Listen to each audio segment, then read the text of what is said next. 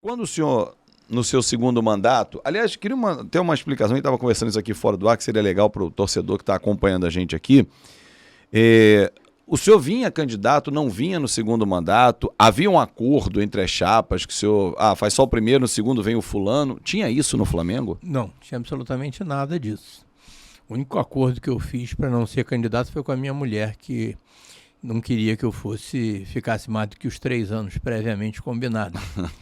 Mas eu até não tinha intenção de concorrer a um segundo mandato, mas eu fui instado a concorrer pelo próprio grupo que está no Flamengo hoje. O portador do convite para que eu fosse o candidato foi o atual presidente Rodolfo Landim, quando nós estávamos acompanhando o time de basquete nos Estados Unidos, em Memphis, em que ele me pediu, disse, você é o candidato que nós queremos para ficar no Flamengo a partir de 2016, ainda pediu, fala com a sua mulher e tal, fala com a sua família. Aí eu falei com ela deixou, a partir daí a gente começou a trabalhar essa questão de como seria a composição da chapa. Aí houve uma cisão dentro do grupo, que acho que todo mundo acompanhou, Um dos vice-presidentes se manifestou de maneira mal educada em relação a mim e deixou lá a vice-presidência e avisou, que vou montar uma chapa para tirar esses... Não vamos repetir aqui as palavras, mas... E aí, quando chegou já isso daí rolando já a composição do esquema de apoio entre as diversas correntes dentro do Flamengo.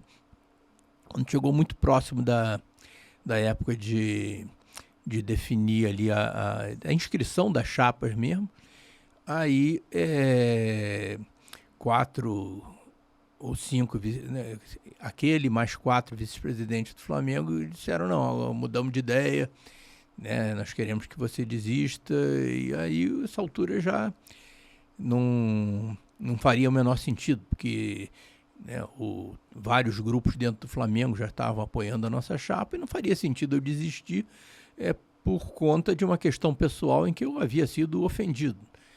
Então esse grupo resolveu formar uma chapa, o que é um direito deles, e concorreram contra nós, e a melhor maneira de você definir essa questão é na urna. Então na urna nós ganhamos com larga margem e a questão foi resolvida dessa maneira. Muita gente fala assim, presidente, mas a votação do Flamengo ela é feita pelo sócio do clube, que não necessariamente é Flamengo.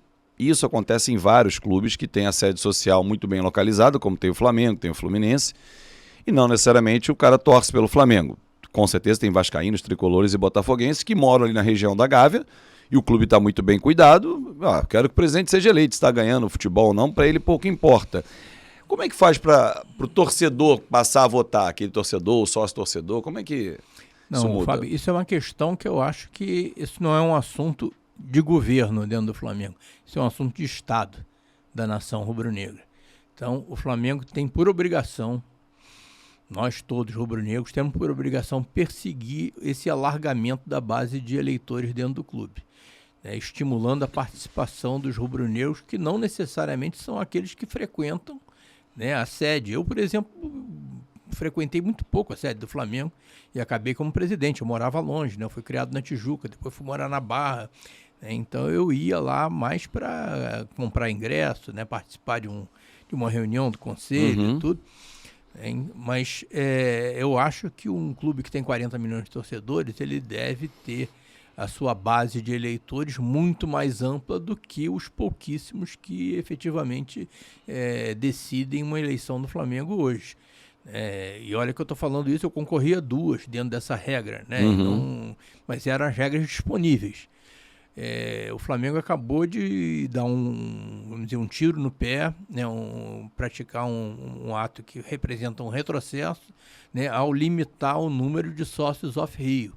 O que são os sócios off-Rio? São aqueles rubro-negros que são tão rubro-negros quanto eu, que moram fora da cidade do Rio de Janeiro, moram a mais de 100 quilômetros do Rio de Janeiro, que tem um direito, inclusive, limitado de frequentar o clube. Se eu não me engano, eles só podem frequentar o clube 30 dias no ano, mas têm os direitos políticos. Eles são torcedores do Flamengo, são adeptos, né? E são sócios do Flamengo, sócios do Off-Rio.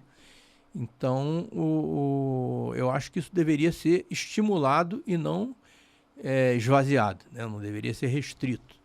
E isso realmente eu até me manifestei nas redes sociais, e acho que a hora não era nem da gente estar esvaziando os Off-Rio, era a hora de estar buscando maneiras de dar direito de voto também para os sócios torcedores em determinadas circunstâncias, né? Não é qualquer sócio torcedor, né? O cara entrou hoje no programa, né? E aí amanhã ele já pode ter direito de voto, mas um sócio torcedor que, dependendo da categoria, contribuição, né, dele, dependendo do tempo que ele tem dentro do programa, poderia perfeitamente, né, participar das eleições no clube. Então eu acho que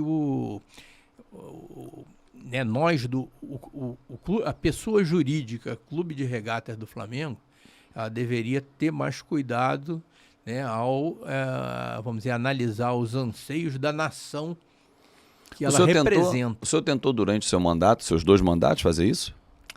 Tentamos, essa é uma medida que não é do presidente, Sim. O presidente não pode dar uma canetada e fazer isso. Uhum. Então, tem que ser uma mudança estatutária, do estatuto, né, encaminhada ao Conselho Deliberativo. Então houve sim, né, algumas tentativas de mudar isso, mas a presidência do Conselho Deliberativo não encaminhou nenhuma delas durante o meu mandato, né, e agora eu espero que, sei lá, que um dia a gente consiga isso. Acho que, como eu falei, isso não é uma questão de governo, isso é uma questão de Estado. Eu vejo isso, presidente, não só no Flamengo, em outros clubes também, é muito pouco, né, para se resolver um destino de um clube do tamanho de Flamengo, de Vasco e dentre outros.